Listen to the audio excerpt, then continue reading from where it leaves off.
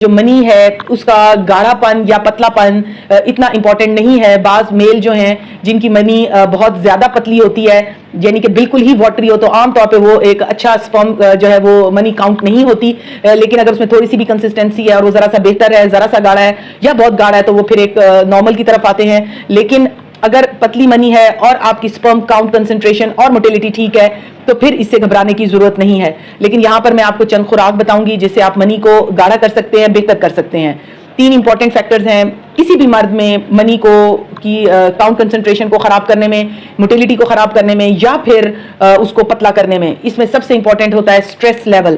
ہمارے میلز پہ بہت زیادہ سٹریس ہے, گھر کی کے لیے کمائی کرنی ہے, باہر کے کچھ سوشل ان کے اپنے پرابلمز ہیں, اس کے علاوہ گھر میں اگر بچہ نہیں ہو رہا تو پھر فیملی ایشوز ہو رہے ہوتے ہیں.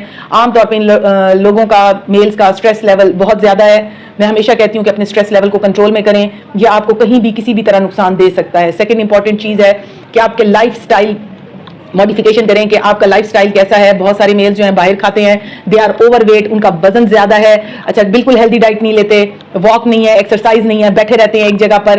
اور نیچرلی جب تک یہ بوائز ہوتے ہیں تو ان کا وزن پھر کہیں انڈر کنٹرول میں ہوتا ہے, لیکن جیسے جیسے ان کی عمر بڑھتی ہے ان کا وزن بڑھنا شروع ہو جاتا ہے. ہیلدی ڈائٹ بالکل نہیں کھاتے ہیں جس میں آئلی اسپائسی چیزیں, جنک فوڈ, ایون ڈرنکس جو ہیں یہ کوک پیپسی یا کچھ بھی یہ پیتے رہتے ہیں. اور عام طور پہ ہمیں بڑے بتا بھی رہے ہوتے ہیں کہ جی کہ ہمارا ہیلدی لائف سٹائل نہیں, ہم اس کو چینج کرنا چاہتے ہیں.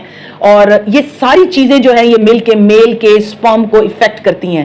اس کے علاوہ اگر ہم بیماریوں کی طرف آ جائیں تو ٹیوبرکلوسس یعنی کہ ٹی بی ہو گئی, ممپس ہو گئے جس کو ہم کنپیڑے کہتے ہیں, کانوں کے قریب جو ہے وہ بن جاتے ہیں ممپس سے, وہ بھی میل کے سپرم کو خراب کرتے ہیں. لیکن اگر کوئی فریکچر ہو لیگ کا, پیر کا, یعنی کہ نیچے کے حصے کی کوئی سرجری ہوئی ہو یا کوئی فریکچر ہو, وہ بھی ایک بہت بڑا فیکٹر ہے سپرمز کو منی کو پتلا کرنے میں یا اس کے ٹیسٹ کو خراب کرنے میں. یہاں پر میں آپ کو بتاؤں گی کہ جو ایگ ہے وہ سب نے کھانا ہے, یعنی کہ سب میلز کو ایگ الاؤ ہے کہ وہ ضرور لیں. یہ فل آف پروٹینز ہیں, یہ سپرمز کو بہت اچھا کرتے ہیں. لیکن وہ میلز جن کے سیرم کولیسٹرول لیول ہائی ہیں, جو اوور ویٹ ہیں, جن کا بلڈ پریشر ہائی ہوتا ہے, ان کو ہم منع کرتے ہیں کہ آپ انڈے کی زردی کو نکال دیں, لیکن سفیدی آپ لے سکتے ہیں.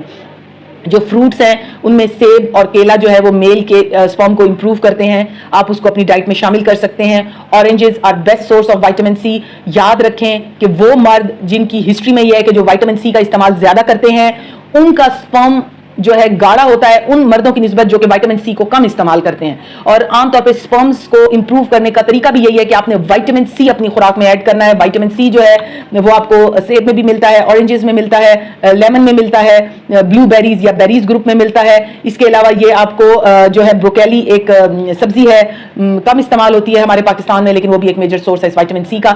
وائٹامن سی آپ لوگوں نے اپنی ڈائٹ میں ضرور ایڈ کرنا ہے. اگر آپ لوگوں کو لگتا ہے کہ ہماری ڈائٹ میں یہ شامل نہیں ہو سکتا تو پھر وائٹامن سی کی ٹیبلٹس بھی موجود ہے, CAC 1000